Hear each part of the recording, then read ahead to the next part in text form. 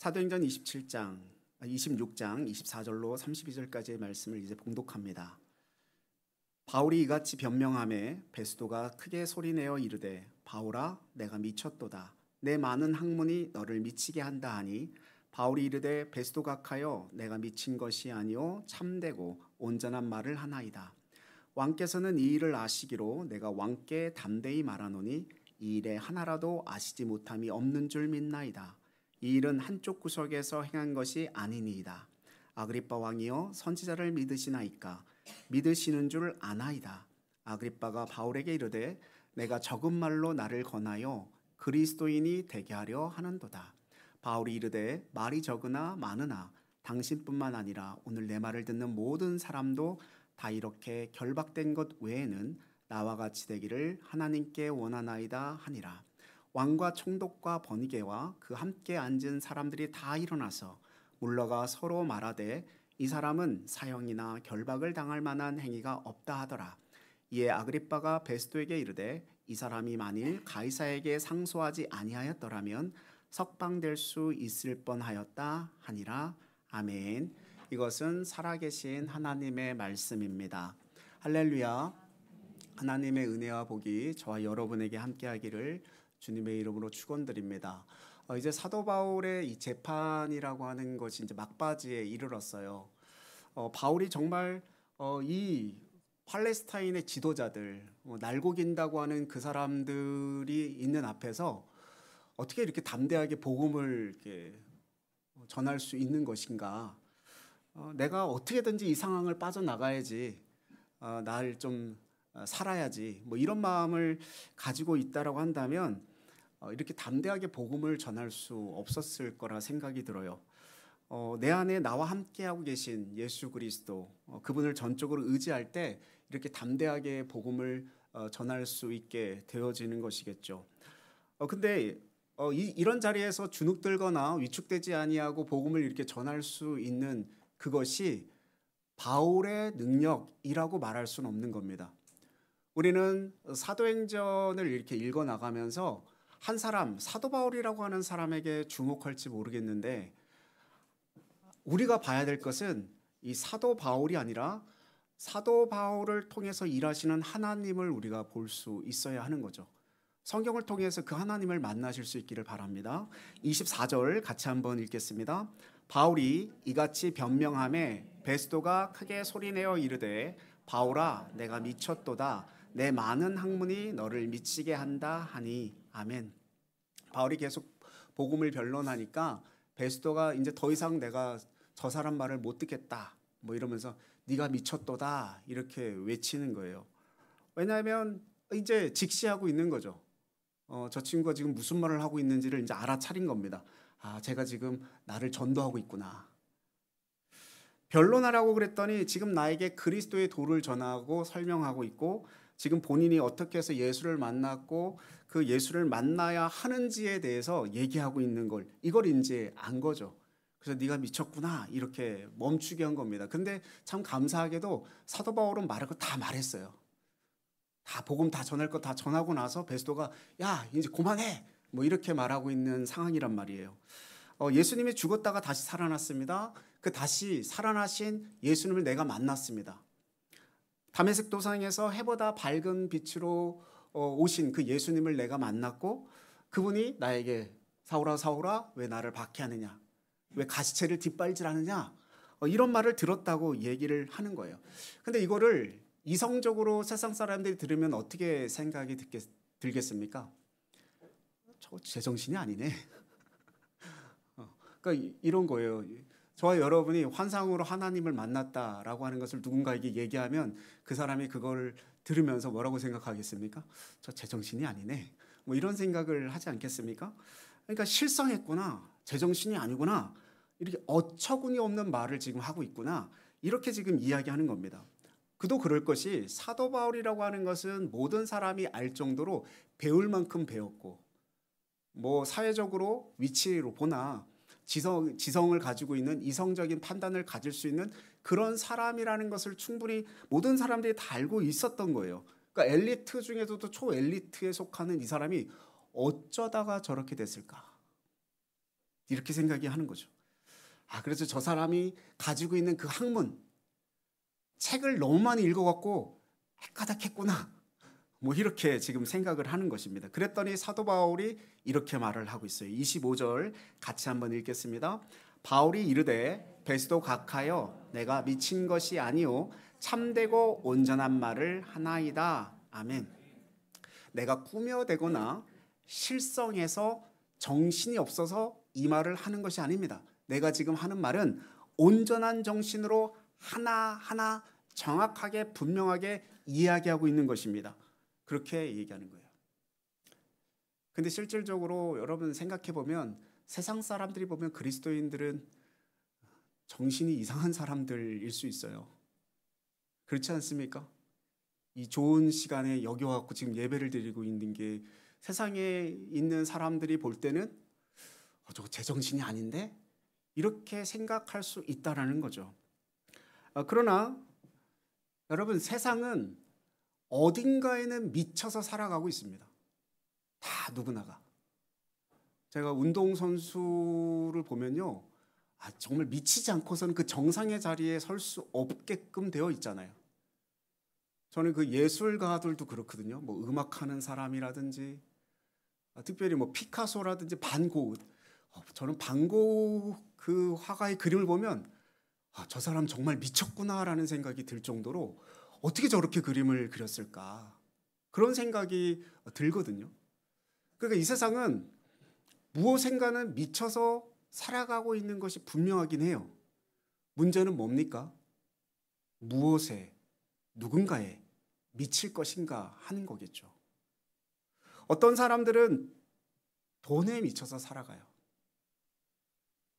어떤 사람은 성공에 미쳐서 살아갑니다. 또는 쾌락, 도박 이런 거에 미쳐서 살아간단 말이에요. 그렇다면 우리는 누구에게 무엇에 미쳐야 할 것인가? 저는 우리가 이 땅에서 예수님 한 분께 미쳐 살아가시기를 주님의 이름으로 축원드립니다. 이게 제대로 살아가는 거 아니겠습니까? 이 세상의 것들은 우리를 중독으로 공허함으로 또는 파멸로 죽음으로 우리를 인도하지만 복음이라고 하는 것은 우리를 생명으로 우리를 영혼으로 인도하시는 우리를 진리로 이끄는 그런 길이라고 하는 거죠. 그래서 이 미칠 만한 값어치가 있어요. 그 가치를 사람들이 느끼지 못하기 때문에 여기에 집중하지 못하고 자꾸 세상의 것으로 눈을 돌리는 것뿐이지 여기에 대한 이것이 정말 보물이고 이것이 정말 우리가 인생 가운데 가장 추구해야 할 가치라고 여겨진다면 우리가 뭐 세상에 눈 돌릴 게 뭐가 있겠습니까? 이것만 바라보면 되는 것인데 저와 여러분이 이 아침에 복음에 모든 걸 다 쏟아붓기를 주님의 이름으로 축원드립니다. 26절, 27절 같이 한번 읽겠습니다. 왕께서는 이 일을 아시기로 내가 왕께 담대히 말하노니 일에 하나라도 아시지 못함이 없는 줄 믿나이다. 이 일은 한쪽 구석에서 행한 것이 아니니이다. 아그리빠 왕이여 선지자를 믿으시나이까? 믿으시는 줄 아나이다. 아멘. 지금 바울이 베스도가 아니라 아그리빠 왕에게 말을 한단 말이에요. 베스도가 막 이렇게 뭐 외치고 그래도 아그리빠에게 타겟팅을 해서 그 사람에게 얘기하는 이유가 뭐냐면 아그리빠는 유대에 대해서 잘 알고 있는 사람이었단 말이죠. 예수에 대해서 알고 상황이 어떻게 돌아가고 있는지 잘 아는 사람이기 때문에 그래서 얘기하는 거예요. 당신 다 알지 않느냐. 복음이 어떻게 전파되었고 예수님이 십자가에 죽었다가 부활하신 그 사건도 보지 않았느냐. 그리고 그 예수 그리스도를 믿는 제자들이 어떻게 움직였는지도 보지 않았느냐. 이렇게 말하는 것입니다. 우리가 했던 모든 것들이 숨어서 한쪽 구석에서 비밀스럽게 했던 일이냐? 아니요. 공개적으로 모든 사람들이 다 알 정도로 공적인 사건이었다. 이렇게 지금 얘기하고 있는 겁니다. 공적 사건, 역사적 사건이 아니냐? 그럼 우리의 믿음은요. 감정이나 느낌은 아니에요. 이거를 잘 구분하셔야 될 필요가 있습니다. 우리의 믿음은요. 오직 역사적 사건, 거기서 비롯되어진 것이에요. 사건이 우리를 이끌어가고 있는 거죠. 이스라엘 역사, 출애굽 사건, 그러니까 역사적 사실 위에 믿음이 시작됐다라고 하는 것을 분명히 우리가 받아들여야 돼요. 이스라엘 백성들이 광야 40년을 굶어 죽지 아니하고 요단강을 건너서 가나안 땅에 들어갔다라고 하는 이 역사적 사실 위에 우리의 믿음이 있다라는 것입니다. 그 가나안에서 12지파가 땅을 분배받고 그리고 그 12지파를 통해서 왕정 시대를 시작했고 왕정 시대를 통해서 분열 왕국이 시작되고 바벨론 포로 기한 이후에 유다라고 하는 땅을 통해서 다윗의 자손 예수 그리스도를 통해서 믿음이 시작되었다라는 것을 우리는 잘 알고 있잖아요. 이 역사가 빠지면 허황된 믿음이겠죠.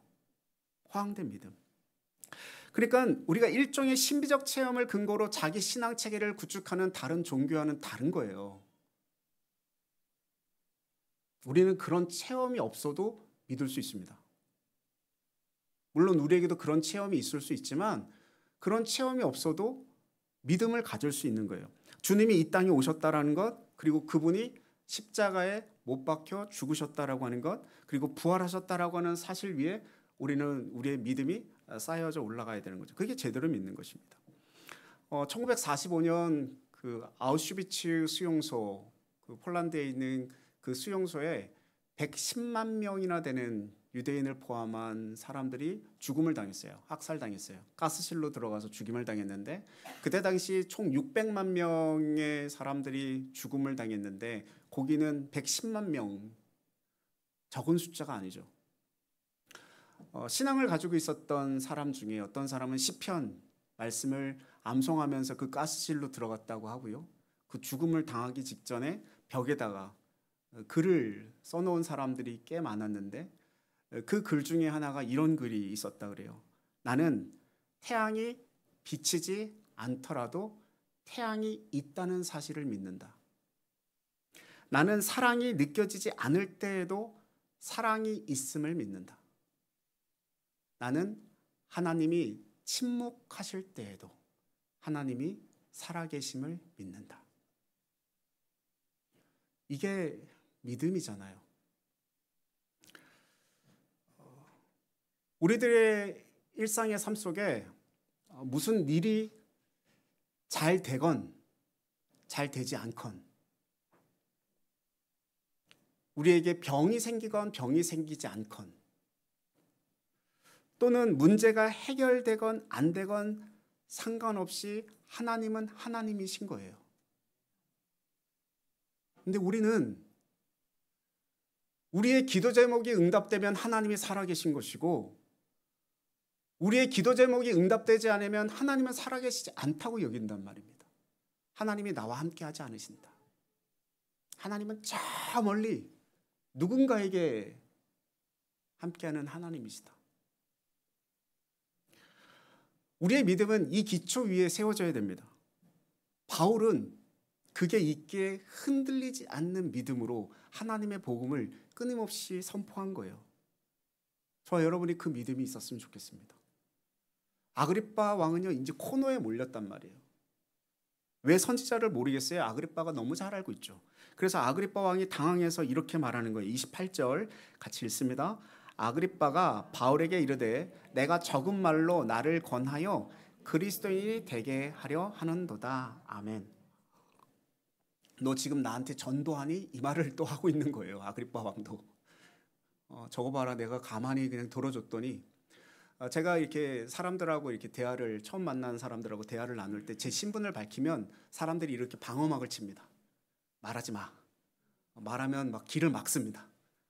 그런데 제가 신분을 안 밝히고 이렇게 말을 해도 어느 순간 복음이 선포되어지는 순간이 오거든요. 그러면 어김없이 그분들이 저에게 그렇게 말씀하세요. 지금 나 전도하고 있습니까? 이렇게 물어요. 지금 아그리빠 왕도 사도 바울이 저게 재판에서 어떤 제목을 정해달라고 해서 듣고 있는데 가만히 듣다 보니까 저놈이 나를 지금 전도하고 있네? 난 믿을 생각이 전혀 없는데? 그렇게 되어진 거예요. 근데 제가 이 말씀을 보면서 생각된 것이 왜 세상에 있는 사람들은 이렇게 복음을 받아들이는 게 이렇게 어려울까요? 왜 이렇게 안 믿으려고 할까요? 제가 생각할 때 이 좋은 걸, 이 복된 소식을 왜 이렇게 믿지 않으려고 하는가? 고린도후서 4장 4절에 보니까 이런 말씀이 있더라고요. 고린도서 4장 4절입니다. 그중에 이 세상의 신이 믿지 아니하는 자들의 마음을 혼미하게 하여 그리스도의 영광의 복음의 광채가 비치지 못하게 함이니 그리스도는 하나님의 형상이니라. 아멘. 그러니까 세상에 혼미한 신이 이렇게 눈을 가리고 못 믿게 한다라는 거예요. 마음을 혼미하게 하고 넋이 빠지게 하고, 그래서 그리스도의 영광의 빛이 비치지 못하게 하고 있다라는 거예요. 그리고 우리가 아무리 복음을 선포해도 그 힘이 너무 강력해서 계속 막힌다라는 거죠. 여러분, 그러나 우리 하나님은요, 그때에 따라 그 복음으로 그 사람들을 다시금 돌이켜서 죽기로 나오게 할 줄 믿으시기 바랍니다. 그래서 우리는 끊임없이 선포해야 되고 끊임없이 그들을 위해서 기도해야 되는 거예요. 그 소망의 빛이 그들에게 비춰서 그 어둠이 가셔지도록, 그들을 막고 있는, 그들의 마음을 혼미하게 하고 있는 그 마음이 주님께로 향할 수 있도록 저와 여러분이 기도하기를 주님의 이름으로 축원드립니다. 참 안타까운 일이죠. 29절 같이 한번 읽습니다. 29절입니다. 바울이 이르되 말이 적으나 많으나 당신뿐만 아니라 오늘 내 말을 듣는 모든 사람도 다 이렇게 결박된 것 외에는 나와 같이 되기를 하나님께 원하나이다 하니라. 아멘. 정말 놀라워요. 지금 그 재판장에 신문받는 피고인 주제에 그 여기 앉아있는 사람들은 세상에서 떵떵거리고 있는 사람들 아닙니까? 세상 사람들이 어떻게 보면 그 사람들을 바라보면서 나도 저 사람처럼 되고 싶은 그런 꿈을 품을지도 모를 그럴 사람들인데, 그 사람들 앞에서 그 사람들 질비하게 앉아있는 그 자리에서 나는 당신들이 다 나처럼 되기를 원한다, 이렇게 외치는 거예요. 여러분, 이게 복음이고 이게 신앙이지 않습니까? 이게 하나님을 믿는 사람들의 태도잖아요. 무슨 뭐 재벌이나 또는 뭐 대통령이나 정말 높은 어떤 그런 사람들을 보게 되면 많은 사람들이 뭐 또 그런 마음이 안 가지는 사람도 있겠지만 저 사람처럼 되었으면 참 좋겠다라는 생각을 가질지 모르는데, 그런 게 아니고 당신들이 나처럼 되기를 원하나이다. 이 원하나이다 이걸 헬라어로 보니까 그 육사이멘이라고 하는 헬라어를 사용했는데, 이게 뭐냐면 나는 당신을 위해서 기도합니다, 이런 뜻이 포함되어져 있더라고요. 그러니까 사도 바울이 나는 당신들이 나처럼 되기를 기도합니다, 이렇게 말을 하고 있는 거예요. 이렇게 어떻게 이야기할 수 있겠어요? 물론 사도 바울은요, 이미 제자들에게, 교회들에게 나를 본받으십시오, 나와 같이 되십시오라고 말을 한 적은 있어요. 그러니까 믿는 사람들에게 그렇게 말을 한 거죠. 근데 지금 복음의 대상자들, 믿지 않는 사람들에게도 동일하게 당신들이 나와 같이 되기를 원합니다, 나처럼 되기를 기도합니다, 이렇게 말을 하고 있다는 거예요. 어떻게 이렇게 이야기할 수 있냐는 거예요. 이유는 단 한 가지죠. 자기 자신이 예수님을 따라 살아가니까. 그러니까 예수님을 제대로 따른 데에 대한 어떤 굳은 믿음을 가지고 있으니까 그런 거예요. 그리스도를 푯대 삼아서 오직 그리스도만을 따르기로 결단한 그 인생 전체를 다 드려도 아깝지 않은, 나의 전부를 이미 다 드린, 그러니 사도 바울은 두려운 것도 없고 무서운 것도 없고 겁날 것도 없는 거죠. 그냥 뭐 어딜 가든 다 당당한 거예요. 떳떳한 거예요. 그래서 그분을 날마다 묵상하면서 그분에게로 가기 때문에 나를 본받는 자가 되라, 나를 따르라 이야기할 수 있는 거 아닙니까? 어떻게 보면 좀 교만한 것처럼 보여지죠. 그 교만하고 이 자존감을 가지고 있는 자신감하고는 이게 종이 한 장 차이 같은 생각이 들어요. 어떻게 바울이 저런 이야기를 할 수 있을까? 저는 이렇게 얘기합니다. 저를 따르지 마십시오. 저를 보지 마십시오. 제 너머에 있는 하나님을 보시고 제 너머에 있는 예수님을 따라가십시오. 저는 이렇게 얘기하거든요. 그러나 사도 바울은 이렇게 이야기할 수 있는 거예요. 이게 우리와 크게 다른 점이겠죠. 그러니까 전부를 드린 사람이 겁이 없어요. 나는 죽고 내 안에 그리스도가 살아있는 그런 고백이 진실한 고백이라면 우리에게도 두려울 게 뭐가 있겠습니까? 그래서 오늘 이런 이야기를 하고 있는 거겠죠. 어떻게 생각해 보면요, 정말 대단한 거예요. 아그리빠 왕이라든지 버니게 변호사라든지 이런 위험을 나타내기 위해서 화려한 옷을 입고 막 질질 끄는 이런 옷들을 입고 딱 폼 잡고 위험을 갖고 이렇게 앉아 있었을 거 아닙니까? 그에 반해서 사도 바울은 어때요? 2년 동안 구금되어 있는 상황 속에서 정말 초라한 모습 아니었겠어요? 뭐 제대로 씻기나 했겠습니까? 샤워를 했겠습니까? 정말 뭐 어디가 찢어진 옷을 입고 그 앞에 서 있는 그런 상황, 그걸 한번 상상해 보세요. 가장 초라한 모습으로 앉은 한 제수가 그 시대 모든 권력과 부를 가지고 있는 사람들 앞에서 당신들이 나와 같이 되기를 원합니다라고 외치고 있는 거예요. 단 하나, 내가 결박된 것, 내가 이렇게 제수의 신분이 된 것, 이걸 여러분이 원치 않겠지만 그러나 내가 살아온 길, 이 길대로 살아가는 것, 나는 여러분들이 이 길을 걸어가기를 기도합니다. 이렇게 담대하게 얘기할 수 있는 거예요. 기도하기 때문에. 하나님, 오늘 이 자리가 내 생의 마지막이 될지라도, 내가 여기서 죽음을 맞이하게 될지라도 내가 전하는 이 복음이 저들에게 들어가서 저들이 듣고 어떻게든 한 사람이라도 주님께 돌아오는 구원의 역사가 있게 해주시옵소서.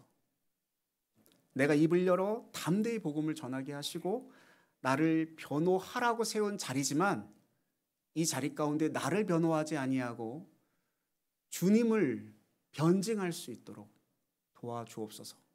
이렇게 간절히 기도하면서 그렇게 외치지 않았을까요? 그 다음 말씀 한번 보실까요? 30절 31절입니다. 같이 읽습니다. 왕과 총독과 번이게와 그 함께 앉은 사람들이 다 일어나서 물러가 서로 말하되 이 사람은 사형이나 결박을 당할 만한 행위가 없다 하더라. 아멘. 이게 결론이에요. 서로 일어나서 이야기하는데 이 사람은 사형을 당할 일이라든지 결박당할 일을 한 적이 없다. 바울은 지금까지 저희가 사도행전의 말씀을 이렇게 함께 나누면서 5차례의 이런저런 변증을 했어요. 근데 그 5차례의 변증, 그렇게 어떤 신문받고 심판받는 그 자리 가운데 서서 결론 맺은 게 무엇이냐면 사형당할 일이라든지 결박당하거나 구속당할 만한 그런 일을 한 적이 없다. 이렇게 말하는 것입니다. 복음은 체포되거나 구박당할 일이, 구속될 일이 전혀 없는 거예요. 부끄러울 일이 하나도 없다라는 것입니다.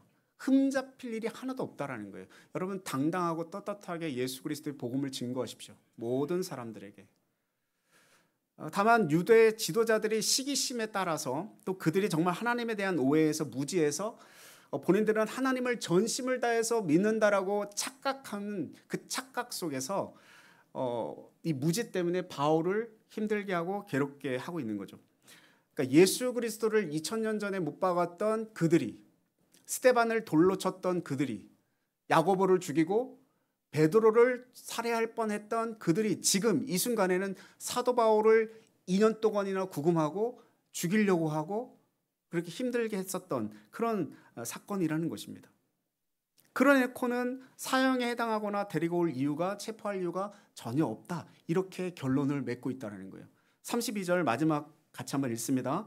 이에 아그리빠가 베스도에게 이르되 이 사람이 만일 가이사에게 상소하지 아니하였더라면 석방될 수 있을 뻔하였다 하니라. 아멘. 이것들도 자기들끼리의 생각 아닙니까? 어쩌면 우리들도 이런 생각을 가지고 있는지 몰라요. 하나님의 생각은 뭡니까? 하나님의 계획하심은 뭐예요? 지금 사도 바울이 풀려나는 게 하나님의 계획하심입니까? 아니에요. 바울이 여기 2년 동안 이렇게 고생하다가 구금되었다가 그리고 로마 병정을 통해서 호송받아서 로마로 가는 것이 하나님의 계획하심이에요. 그 길이 아니고서는 사도 바울이 그 로마로 갈 수 있는 길이 제대로 된 길이 없기 때문에 이게 하나님의 계획이란 말이죠. 우리의 계획하고는 너무 다르잖아요. 우리는 감옥에 잡히면 어떤 게 우리의 기도 제목입니까? 풀려나는 거예요. 그 감옥으로부터 나오는 게 우리의 기도예요. 이게 우리의 뜻이에요.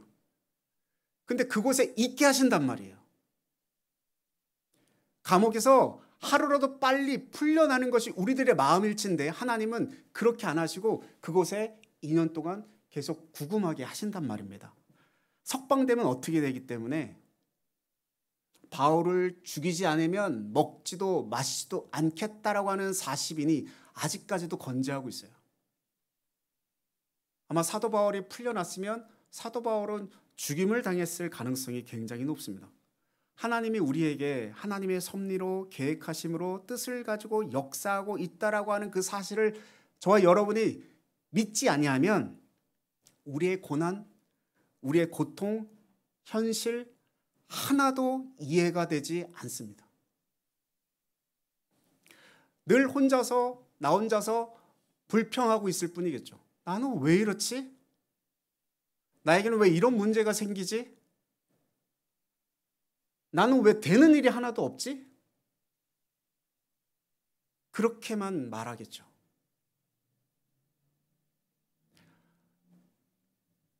기억하셨으면 좋겠습니다. 되는 일이 없어야 될 때가 있는 거예요. 저와 여러분이 아파야 될 때가 있는 거예요. 내가 지금 아프니까 지금 얼른 낫게 해주세요. 이거 우리의 생각일 뿐이죠. 하나님은 더 아파라. 그 시간이 지나야 한다. 라고 계획하고 계실 수 있다는 거죠.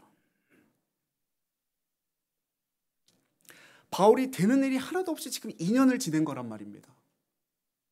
이 불같은 성격, 열정을 가지고 있는 바울이 2년 동안 구금되어 있는 시간 가운데 얼마나 답답함을 느꼈겠어요. 그 2년 동안 사람들도 만나기는 했겠지만 벌써 갔다 와도 4차 전도여행을 갔다 올 수 있는 시간이었지 않습니까? 이 복음에 미친 이 사도 바울이 그곳에 있는 동안에 얼마나 힘들고 어려웠겠습니까? 아그리빠나 베스도가 볼 때도 당연히 지금 풀어줘야 마땅하지만 지금 풀려나면 안 된 이유를 사람들은 알지 못하지만 하나님은 알고 계시고 하나님은 이렇게 체포된 구금된 몸으로 결박되어서 로마로 가야 된다는 거 하는 것, 이걸 계획하심이라는 거죠. 주님께서는 지금 그를 그런 방법으로 선대하고 계신 줄 믿습니다. 이것을 우리가 로마서 말씀 가운데 합력하여 선을 이룬다 이렇게 표현을 하고 있는 거죠. 되는 일이 없는 것 같아도 하나님은 그 막힘 속에서 일하고 계심을 믿으시기 바랍니다. 결박당한 것은 하나님의 섭리의 통로였어요. 우리의 고난도 우리의 박해도 이 모든 것들이 주님의 뜻 안에 있다라고 하는 사실을 믿을 때 살아계신 그분이 저와 여러분과 동행하고 있다라고 하는 사실을 믿을 때 그때 우리는 믿음 안에서 살아가는 것이고 믿음으로 의롭다 함을 입은 사람으로 살게 될 줄로 믿습니다. 우리는요, 주님께서 우리와 함께 하시기 때문에 우리가 의로운 사람들인 거잖아요. 로마서 3장 10절에 의인은 없나니 하나도 없다고 얘기합니다. 다윗의 고백처럼 그분이 자기의 이름을 위하여 우리를 의의 길로 인도하시는 것을 믿을 때 우리가 의의 길을 걸어가는 거 아니겠습니까?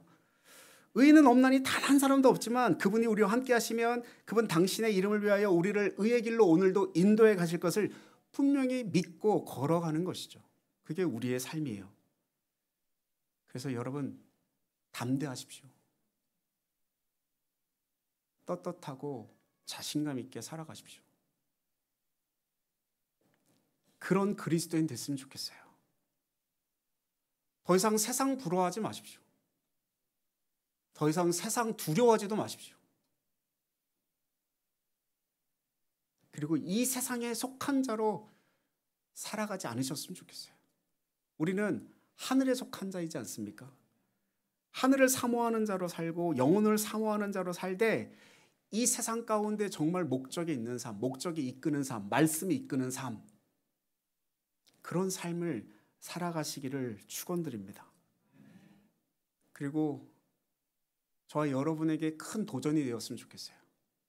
이 세상의 사람들에게 저와 여러분도 당신이 나와 같은 사람이 되기를 원합니다. 그렇게 고백하셨으면 좋겠습니다.